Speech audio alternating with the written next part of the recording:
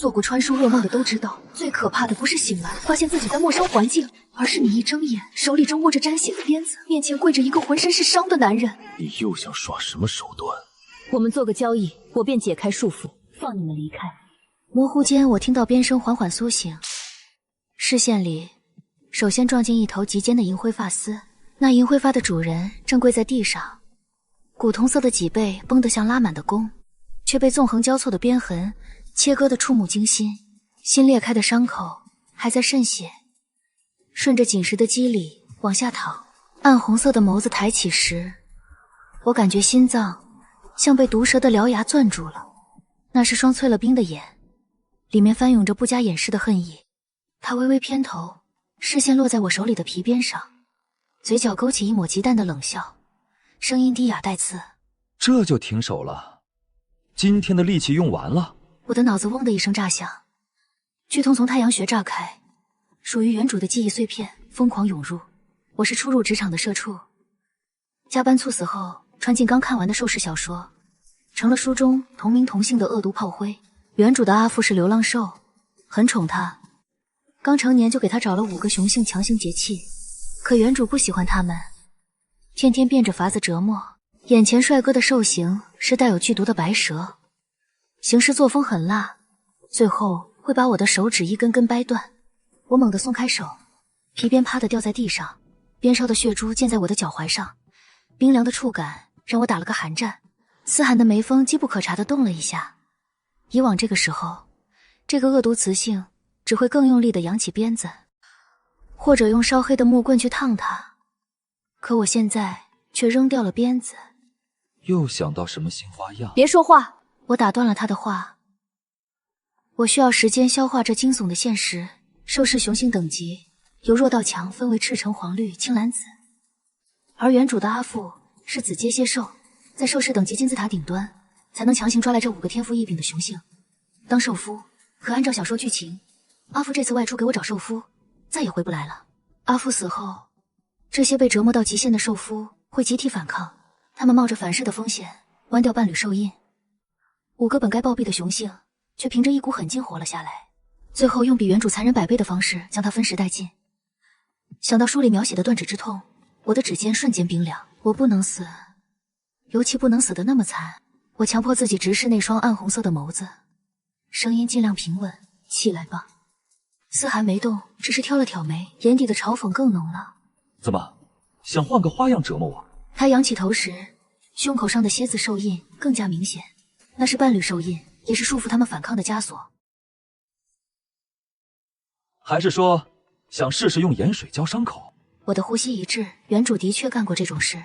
我深吸一口气，转身走向食物角落的竹筐，里面扔着些干枯的草药，是阿父在部落换来的。原主从不会把草药用在他们身上，反而喜欢用有毒的藤蔓冒充草药，看他们疼得满地打滚。我从竹筐里翻找着能止血的草药。你的伤需要处理，我不会再……不必了。思涵打断我的话，缓缓站起身。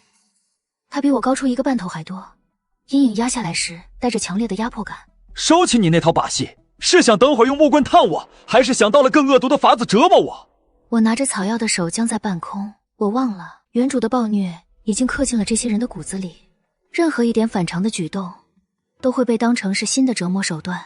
就在这时，食物外传来窸窸窣窸的脚步声，3个身影出现在山洞门口，个个带着伤，却都用同一种冰冷的眼神盯着我。走在最前面的是银白色长发的石隐，作为黄阶祭祀的仙鹤兽人，本该气质出尘，但此刻神色憔悴，身上布满了烧伤的痕迹，那是原主用烧红的木棍烫出来的伤。他垂着眼，长长的睫毛掩住情绪，只有攥紧的拳头暴露了隐忍。红发赤狐羽齿紧随其后，那张本该妩媚妖娆的脸被从眼角延伸到下颌的刀疤破坏得狰狞可怖。他看到我时扬起一抹妩媚的笑，但笑意却不达眼底。这是怎么了？怎么不继续疼思涵了？最后是个身材高大的雄性，有一头乌黑的短发，却凌乱地贴在额前，上身布满了刀疤和鞭痕，是狮子兽人敬晨。我的目光在他们之间转了一圈，心脏沉得像灌了铅。明明是风格迥异的4个顶级帅哥，我却没有半点欣赏的心思。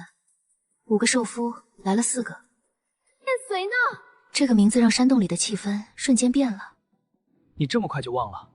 昨天你说你想看看把人鱼的鳞片拔掉埋到沙土里会是什么样子，你让我们把它埋到山上去了呀。燕随，5个兽夫中唯一一个海族兽人，剜掉伴侣兽印后会一寸寸划烂我身上的皮肤，因为我让他承受了对人鱼来说极其可怕的拔鳞之痛。我看着眼前这4个浑身是伤的雄性，又想起拔掉鳞片的燕随，猛地打了个寒战。思涵看出我的走神，暗红眸子里闪过一丝激阔。怎么又在想新的玩法？他往前走了一步，不如一次性都用出来。我猛地抬头迎上他的视线。我知道现在说什么都没用，但我必须做点什么。思涵，你去把燕随带回来，我有话要说。思涵像是听到了什么笑话，低低的笑出声。你又想玩什么把戏？一个一个折磨已经不够，要5个一起。我深吸一口气，将植血草放回竹筐里，说道：我们谈个条件，如果你们答应下来，我会和你们解气。这话一出时，屋里静的能听到呼吸声，石隐垂着的眼睫颤了颤，雨池脸上的笑容僵住了，静晨攥紧的拳头发出咯咯的轻响，思涵的笑声也停了，死死盯着我，像是在判断这句话到底可不可信。思涵和静晨出门去找燕随了，雨池和石隐在山洞中等着。我觉得尴尬，背对着他们打量起这个山洞。原始社会的居住环境说不上好，洞口用粗壮的树干和藤蔓加固过，挡住了大部分寒风。洞壁被打磨得相对平整，地面铺着厚厚的干草，上面叠着7、8张不同种类的兽皮。这些都是阿父的功劳。那个紫阶流浪兽虽然常年在外，却把唯一的雌崽照顾得无微不至。我走到陶罐中盛满的清水前，看着水中的倒影，忍不住感叹，倒影中的雌性有着一头微卷的紫色长发和精致漂亮的五官，那双黑色的眸子亮得像落满了星辰。我没想到这身体的外形会这么漂亮，和喜欢施虐的性格形成了鲜明的反差。我已经想好了，这几个兽夫都是书中心狠手辣的反派，和他们在一起，我不知什么时候会被杀。所以我决定去找阿父，只有阿父是无条件对我好的，而且阿父的等级已经是紫阶，只要我在阿父遇到危险前找到他，然后再和几个兽夫解除契约，就可以保住自己的小命。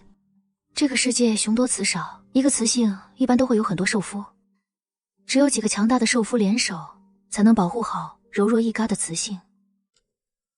是在琢磨什么新的玩法吗？雨池的声音突然响起，我转过身，看到他正用手指摩挲脸上的刀疤，苍绿色的眸子在火光下闪着冰寒。旁边的石隐依旧垂着眼，银白色的柔顺长发遮住了大半张脸，只有攥得发白的指节暴露了他的情绪。显然他们都以为我又在盘算如何折磨他们。就在这时，洞口传来沉重的脚步声，思涵和静晨回来了，两人一前一后抬着一个半人高的木桶，里面盛着从西边打来的清水。燕随就浸在水里，我的呼吸骤然停住。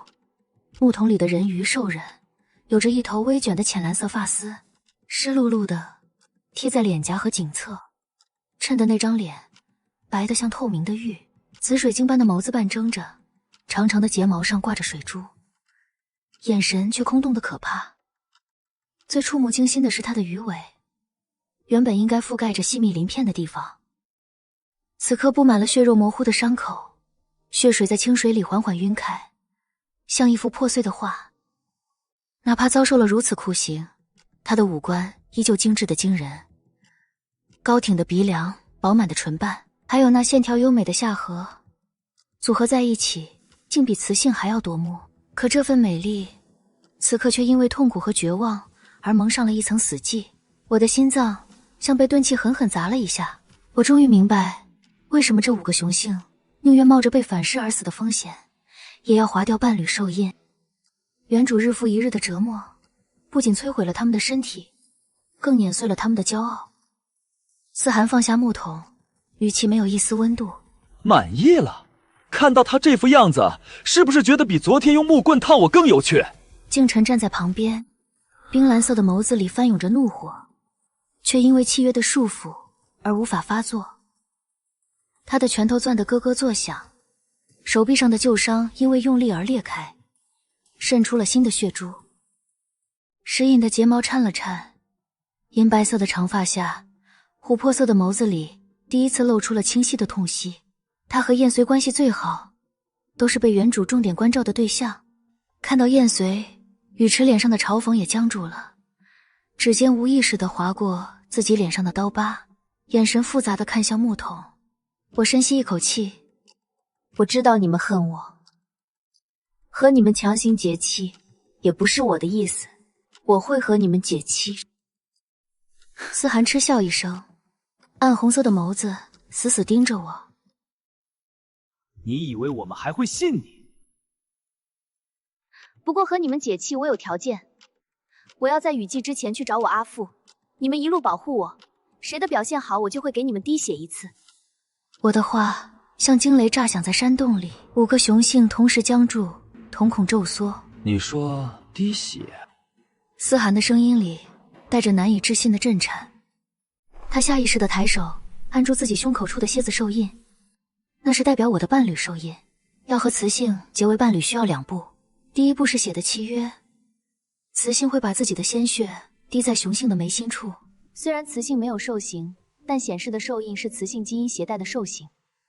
我的阿父是蝎兽人，我的兽印也是蝎子。结契第2步就是真正身体上的结合，这是只有你我之间才有的印记。从今往后，你便是我的伴侣。原主不喜欢阿父带来的这几个兽夫，因此只进行了第1步结契。这时候如果想解契，雌性再次把自己的鲜血滴在雄性的伴侣兽印上，滴上10次，伴侣兽印就会消失。一般不会有雌性划破自己的皮肤10次滴上鲜血来解气。石隐第一次有了波动。如果你真有这个心思，早都解气了，何必等到现在？又是什么新花招吧？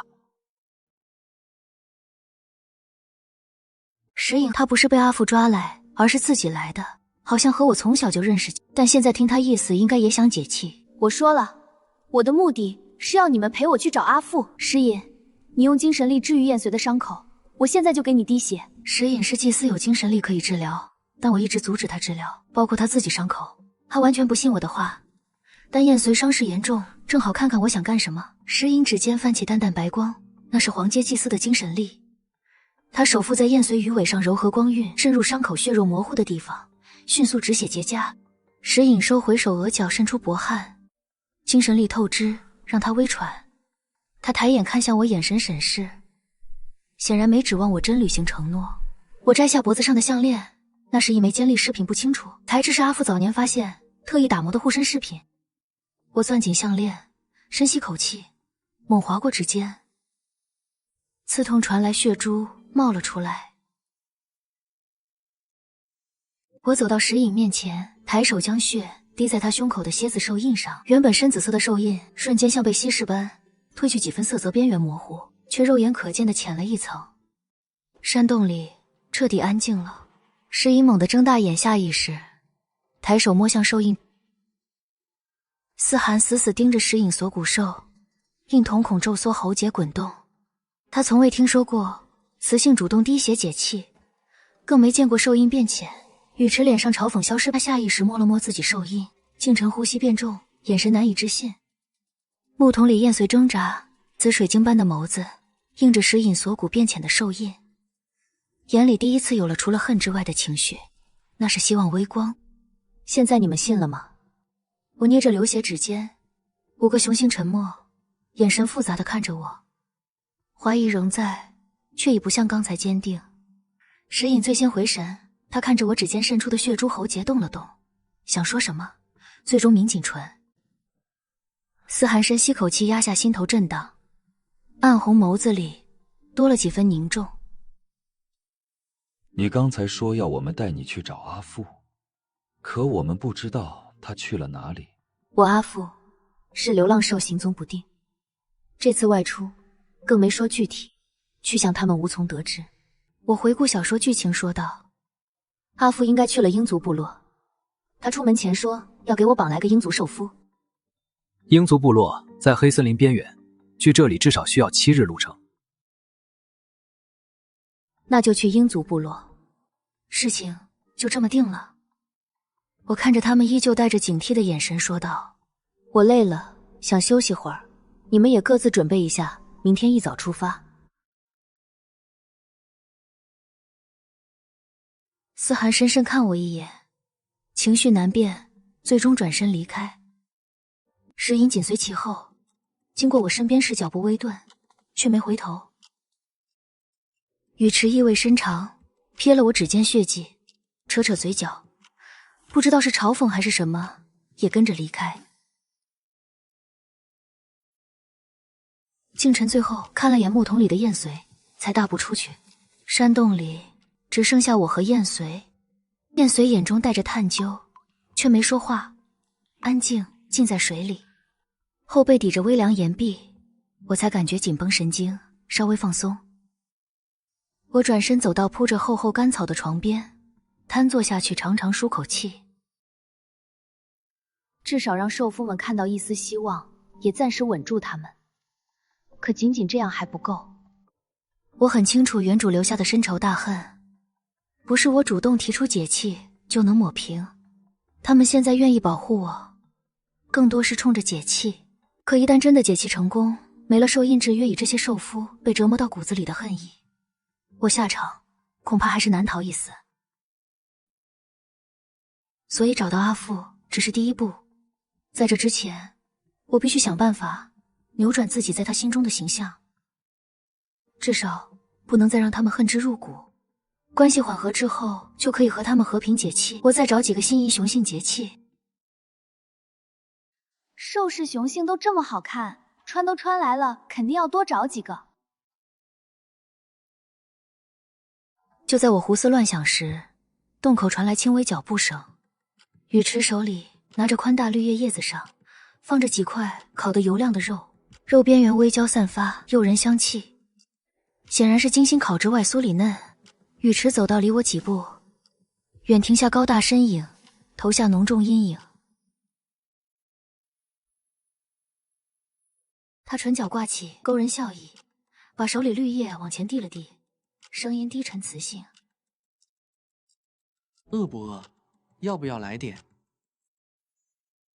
无事献殷勤，非奸即盗。他不会想毒死我吧？我警惕看向眼前。你吃了烤肉，能不能也给我滴血？原来是想哄我滴血，好快点解气啊。倒也直白，不过这样也好，至少说明他们暂时没别心思。有节气受印制，约他们也不敢对我不利。刚才那点被下毒担忧，看来是多余了。想通这层，我紧绷肩膀彻底放松。但解气的事可不能那么快。一顿烤肉就想换滴血？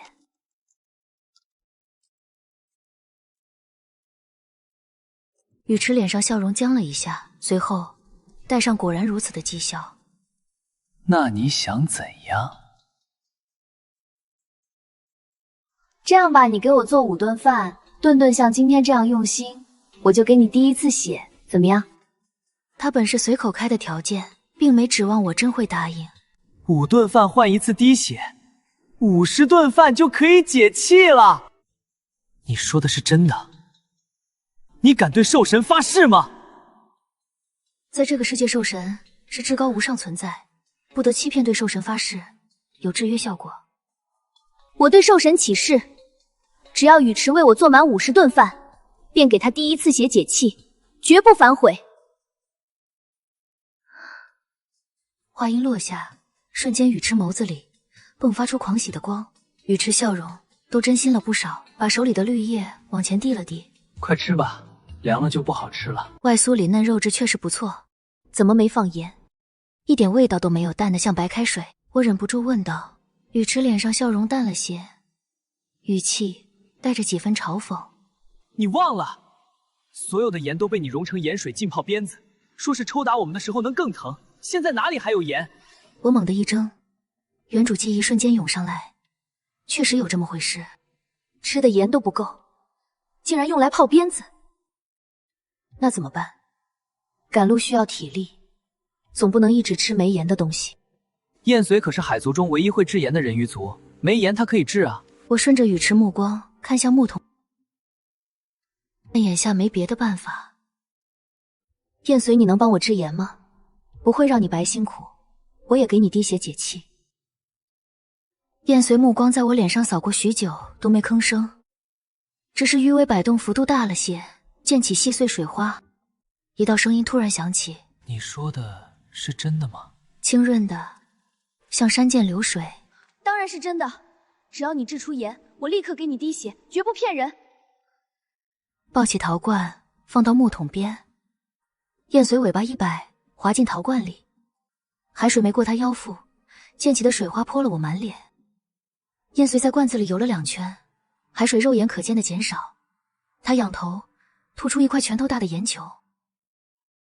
我伸出手，盐给我。你先给我滴血。我咬牙，再次划开伤口，给他滴血。手印变浅了。燕随把盐球递给我，我伸手去接，伤口蹭到盐球，疼得倒抽冷气，委屈涌上来，鼻尖发酸。你们都出去吧，我累了要睡觉。我蜷缩在兽皮上，偷偷抹眼泪。突然，脖子上的项链烫了起来，指尖的血蹭在项链尖头上，我的意识被拽进一片白雾里。这是个5平米左右的空间。阿父给的项链藏着空间，是我的血激活的。折腾大半天，我铺好兽皮，蜷缩着睡着了。梦里我找到了阿父，解除了所有契约。脖子被死死掐住，窒息感涌来，我拼命挣扎，却喊不出声。燕随的影子投在岩壁上，手越来越重，我的脸从涨红变成青紫，眼泪流下来。燕随的手腕被一股蛮力攥住。燕随，你疯了吗？想让我们所有人陪葬？燕随猛地抽回手，大步走出山洞。思涵转过头看我，我还没完全清醒，眼尾泪珠未干。他的目光落在我手指伤口上，蹲下身从怀里掏出止血草，嚼碎敷在我伤口上，撕下兽皮，小心包扎好。做完这些，他起身走到洞口，背对着我守着。我是被喉咙干痒弄醒的，踉跄走到水罐边，脖子有红痕，抬手时发现手指伤口已被包扎。我走到洞口，都进来。我问，昨晚是谁做的？是我，想怎么罚都行。我愣了。为什么要罚你？你帮我处理伤口，我感谢你还来不及呢。我晃了晃包扎的手指。这样吧，以后谁给我包扎伤口，累计3次我就给谁滴1次血。燕随怔住了。他说的不是脖子上的伤口，而是手指的包扎。怎么回事？3次包扎换1次滴血，比雨池的5顿饭换1滴划算多了。你不想要这个奖励？燕随松了口气，看了眼思涵。包扎的不是我。所有人的目光落到思涵身上。是我。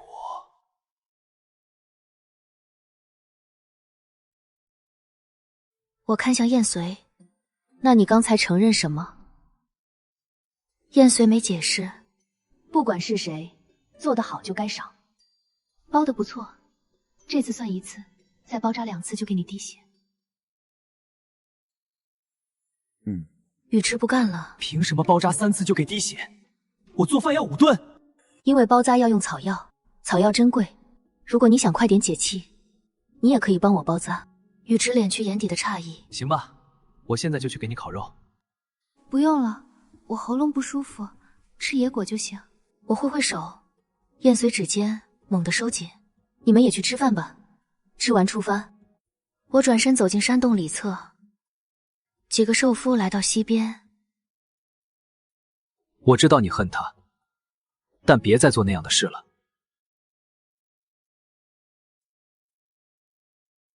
我知道。雨池用树枝拨弄石子，静晨摸了摸肚子。先吃饭吧，吃完赶路。我吃了几个野果走出来，用兽形赶路，7天能到鹰族部落。那就用兽形。那你打算坐谁的背上？坐我背上吧。我的总毛长，你好抓。不会白做的，做2天我就给你滴1次血。你确定会滴血？明天晚上我就给你滴血。我转身进山洞，背起兽皮袋，装了些东西用来掩盖空间。其他人把山洞里的东西都带上。几个兽夫应声拎着鼓鼓囊囊的兽皮袋出来，他们觉得兽皮和野果好像比昨天少了些。思涵化作银白巨蛇，石隐变成洁白仙鹤。静晨走到我面前，微微俯身，我爬上去，双手抓住他的鬃毛。静晨迈开步子，颠簸得厉害，我咬牙抓着鬃毛，才没摔下来。到小河边休息时，我几乎是手脚并用的从他背上滑下来，扶住树干吐了出来。静晨从兽皮袋中拿出鞭子，塞进我手里。你打吧。说着就在我面前跪下来，我捏着鞭柄。打你？为什么要打你？他让你在背上受了这么大的苦，不应该打吗？我把鞭子往旁边一扔，靠在树干上闭上眼睛。我累了，想歇会儿，别吵我。几个兽夫看着靠着大树睡着的我，满脸复杂。静晨捡起地上的鞭子，手指摩挲着鞭身。思涵冷哼一声，雨池升起火堆，开始烤肉。我是被烤肉的香气香醒的。雨池把烤得油亮的肉递到我面前，尝尝看，这次放了盐。我接过烤肉，咬了一大口，几道视线落在我身上。好吃。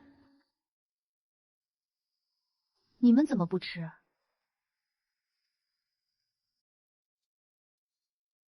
带的肉不够。不够？那你们怎么不去狩猎？我们晚上到了地方再出去狩猎。天黑之后猛兽出现概率高，很危险。袋子打开，里面叠着10几块风干瘦肉和几块新鲜生肉。我抬眸看向石隐，这些肉够你们吃1顿吗？石隐猛地抬头，满脸震惊。我见他不说话，这些真不够你们吃1顿。溪边安静的只剩火堆噼啪声。这些肉我们要是一顿吃完了，你晚上就没有吃的了。你们不是说晚上到了休息点就去狩猎吗？夜晚狩猎哪有那么容易？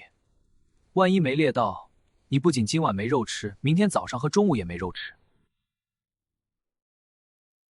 我不把肉分出来，你们是打算一直饿着肚子赶路吗？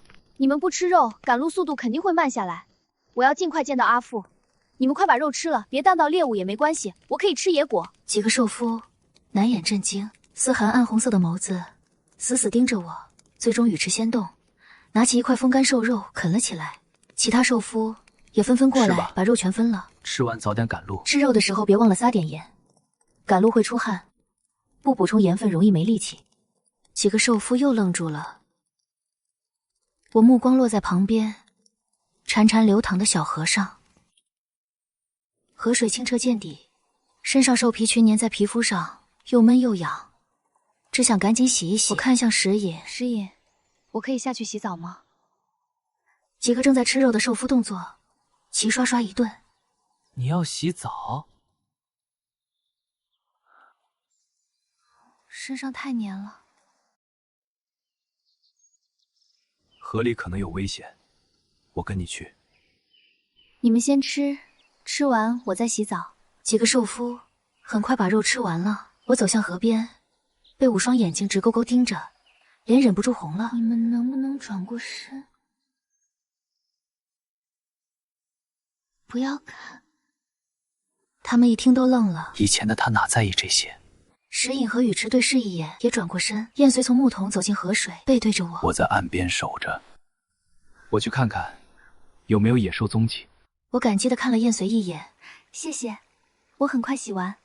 几个兽夫身体同时一僵，我没再说话，踮脚跳进水里。河水刚没过腰，微凉水流裹住身体，我舒服喟叹一声。水面突然传来哗啦巨响，一只通体青黑巨兽从我身后水里窜出，外形像鳄鱼，却庞大数倍，血盆大口张开，锋利獠牙直奔我后背。小心！静晨嘶吼着瞬间化作狮子兽形猛冲过来。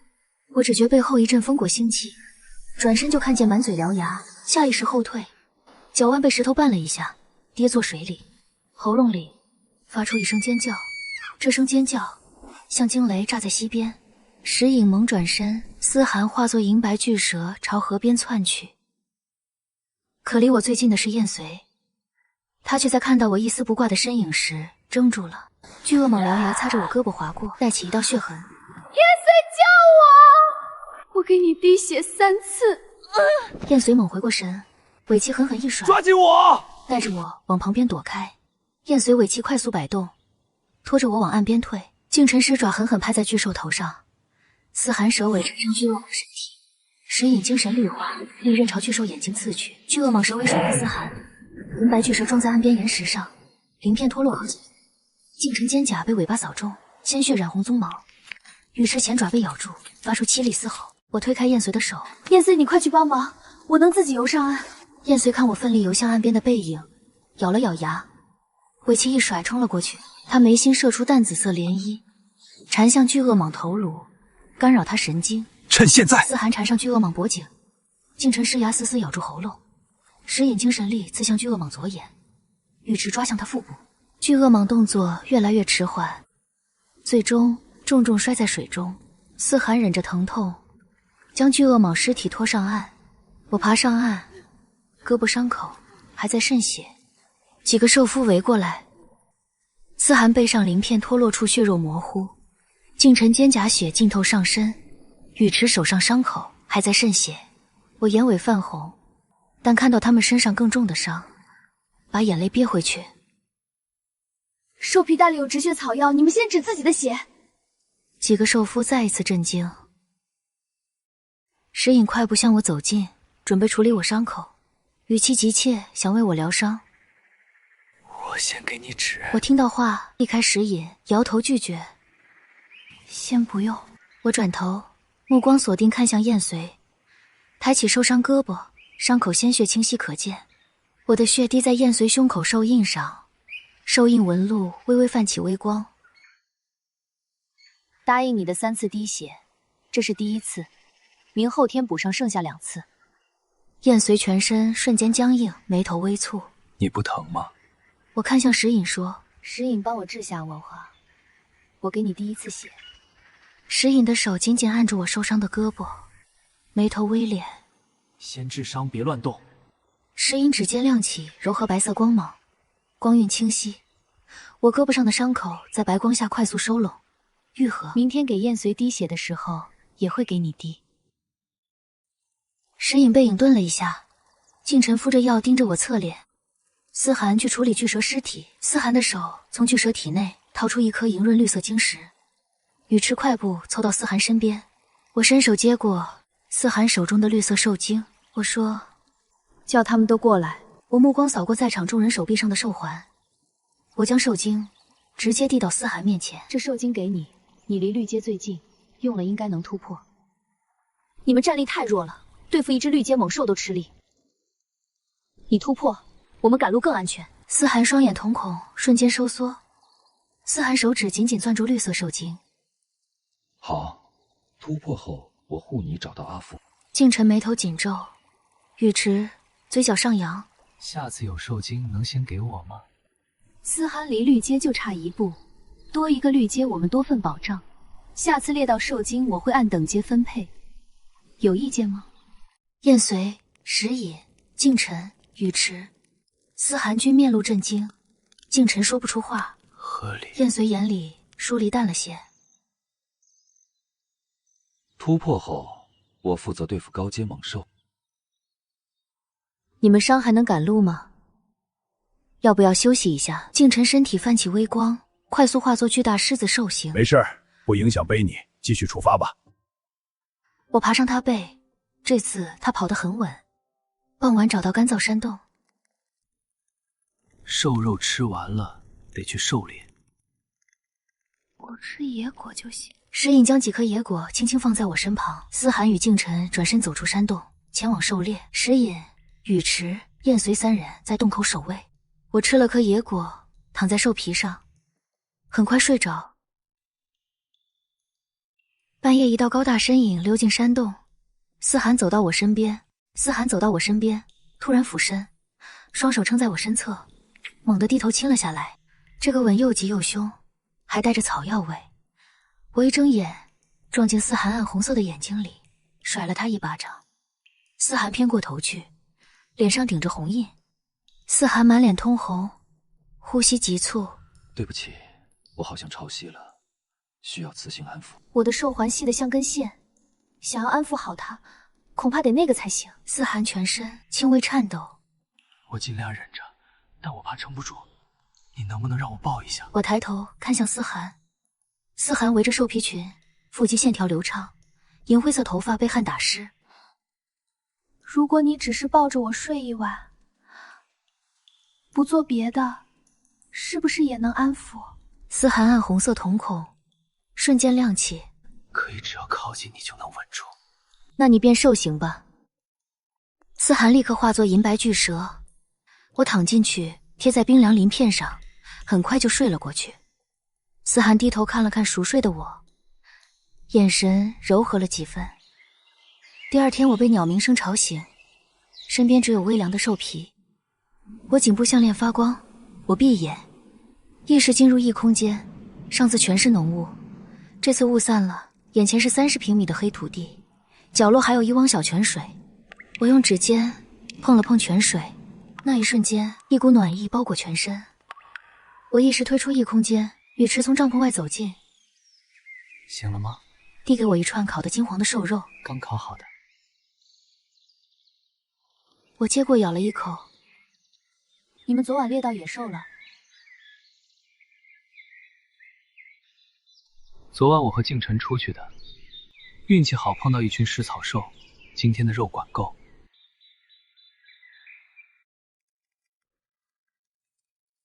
你们都吃过了吗？够不够？雨池面部瞬间愣住。够吃，特意给你留了最嫩的部分，你放心吃吧。你放心，你做饭的次数我记得，再做2顿就给你滴血。还有别的事儿吗？思涵发情了，你昨晚……思涵的事我知道，他今天状态怎么样？还能赶路吗？石隐、静晨、燕随，思涵依次进入。思涵脸上还带点红晕。我可以赶路，今天我带着你赶路。我点头。众兽夫收拾行囊，准备出发。等一下！我转身走向燕随，咬破指尖。你蹲下来一点，这么高我怎么滴血？燕随缓缓俯身，她生得极美，身上淡淡的海水味混着草药味瞬间笼罩住我。我心脏漏跳几拍。她生得极美，身上淡淡的海水味混着草药味瞬间笼罩住我。我心脏漏跳几拍。我移开目光，盯着她胸口兽印，血珠滴在兽印上，亮起又淡去。好了，别乱动，这是第2次，明天再滴最后一次。燕随起身，目光一直落在我脸上。我看向石隐，石隐你也过来，反正已经破了，多滴一次也省得下次再划开。快来，我给你滴血。石隐伸手轻轻握住我的手腕，拇指蹭过我流血的指尖，接着俯身轻轻舔过那道伤口。我整个人僵住，猛地回过神，我脸颊瞬间红透，用力抽回手指。你干什么？不用。不用是什么意思？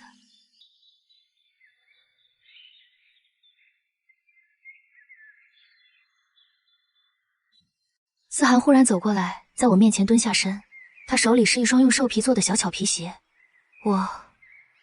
为什么平白无故给我做鞋？这是给我做的鞋吗？我笑着伸出脚，我可以试一下吗？思涵喉结微滚。给你，你试试合不合脚。我把脚伸进去，皮质柔软贴合，走路完全不磨脚，特别合脚。谢谢你啊，思涵。静晨盯着我笑起来，弯成月牙的眼睛，手里兽皮带差点掉在地上。石隐眉间微蹙，燕随指尖无意识地摩挲胸口兽印。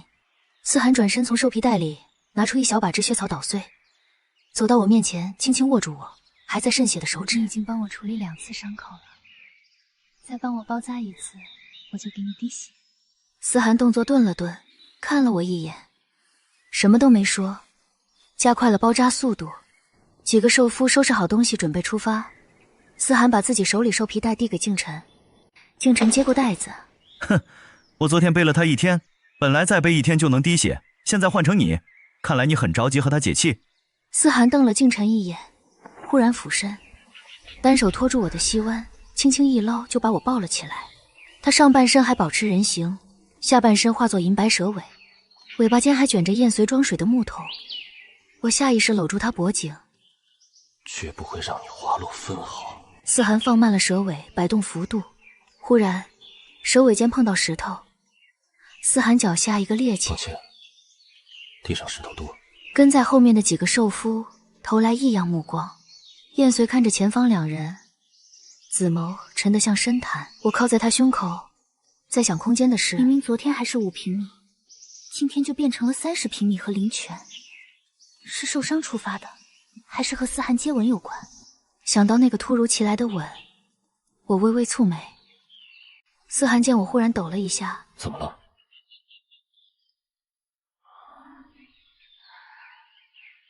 冷了？现在是热季。我摇了摇头。没有，我们还要走多久？穿过前面那片橡树林，就能看到小溪。很快到了。我打算休息的时候再试试泉水，目光不自觉飘向思涵的唇，亲一下，真的能让空间升级吗？思涵忽然低眸看过来，我心头一跳，赶紧移开视线。思涵看着我慌忙闪躲的模样，微微勾起唇角，他调整了一下抱我的姿势。我们到那边休息。他轻轻将我放在一块平整岩石上，其他兽夫也跟了过来。我看向清澈的溪水，想下去洗澡，但想起昨天被巨鳄蟒拖进水里的场景，心里发怵。思涵忽然俯身过来，想洗洗，我带你下水怎么样？我抬眸看向思涵手臂上的绿色兽环，绿阶兽人，跟着他下水应该安全。可昨天巨鳄蟒突袭时，燕随那一瞬的怔愣让我觉得不对劲。人鱼族擅长水性，怎会反应不过来？